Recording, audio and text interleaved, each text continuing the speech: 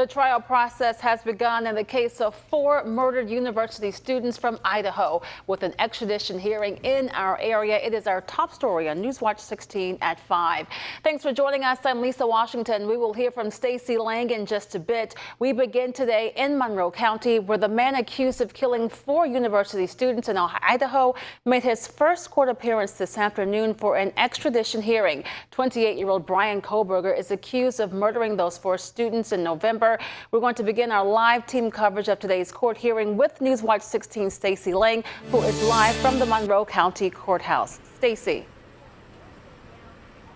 Yeah, Lisa, good evening. The University of Idaho murders have garnered the attention of the nation since those 4 University of Idaho students were killed back on November 13th. But that national attention in this case is today on Monroe County, Pennsylvania, where the suspect in that case had his first court appearance after the extradition hearing took place this afternoon. Members of the Pennsylvania State Police, as well as prosecutors from here in Monroe County, held a news conference where they shed some light on their involvement in this case and then the capture of the suspect, Bryan Kohberger, on Friday, December 30th. It was through this collaboration and the charges pending in Idaho that those troopers were able to obtain search warrants and a fugitive from justice warrant that was prepared here in Monroe County for the location in Chestnut Hill Township and the fugitive from justice warrant for Mr. Kohberger, respectively. Tactical assets were then staged in the county, in Monroe County, into the evening of Thursday, December 29th, last Thursday. And in the early hours of Friday, December 30th, those warrants were executed at the location. Mr. Kohberger was taken into custody without incident. The scene was turned over to the FBI Evidence Response Team for processing. Mr. Kohberger was then turned over to the Monroe County Prison, where he has remained in their custody since. Now, Newswatch 16's Jack Culkin was in on that press conference that just wrapped up only a few minutes ago, and he will have much more on what we learned from that news conference on later editions of Newswatch 16. Why we were here today out in front of the Monroe County Courthouse is for that extradition hearing for Bryan Kohberger. Newswatch 16's Amanda Eustace was in the courtroom for that hearing, and she joins us now to tell us what it was like inside the courtroom today. Amanda. Well, Stacey, as expected, Bryan Kohberger waived his extradition hearing, which means he now can be taken back to Idaho and he will not put up a legal fight. But inside the courtroom, inside that hearing today here at the Monroe County Courthouse, his family showed up.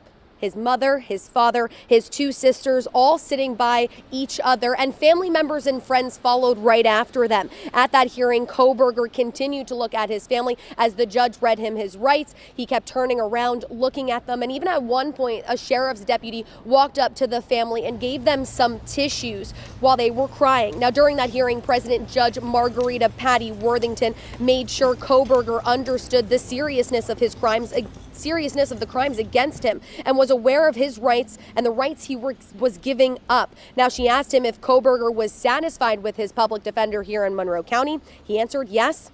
She asked Kohberger if he uses medication or has mental health issues that may alter his state. He answered no. She asked if he was making this decision voluntarily, and he once again answered yes. Now, after answering all these questions, he signed that extradition waiver to be extradited back to Idaho. Now, officials here in Monroe County, just to give you guys a little bit of a better look, they have 10 days to get him back to Idaho, where he faces first-degree murder charges and felony burglary. Amanda Eustace, Newswatch 16, live in Stroudsburg. Stacey, back to you.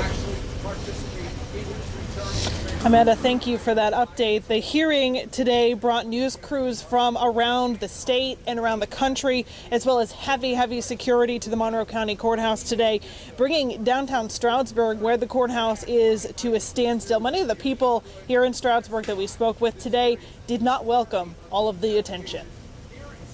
Stroudsburg, the so-called heart of the Poconos, is used to people visiting from all over the country, but not like this.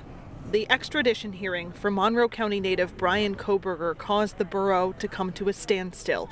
Streets surrounding the county courthouse were shut down to allow for media from across the country and extra security, while the man accused in a quadruple murder in Idaho goes before a local judge. For some here in the Poconos, this is the kind of activity they moved here to avoid. I come from New York City, where when 9/11 hit, you get what I'm saying? It's hitting me. It's Mount Pocono. I came here for safety. While the extra security was welcome, it also made for an unusual day in Stroudsburg's business district. Well, it's been really slow here in town. The police shut off the whole block to keep everything safe, and while we appreciate safety, it really slowed down business for us. The owners of Pocono Soap spent the slow day doing some inventory and planning for the new year, and hoping Kohberger's extradition goes as planned.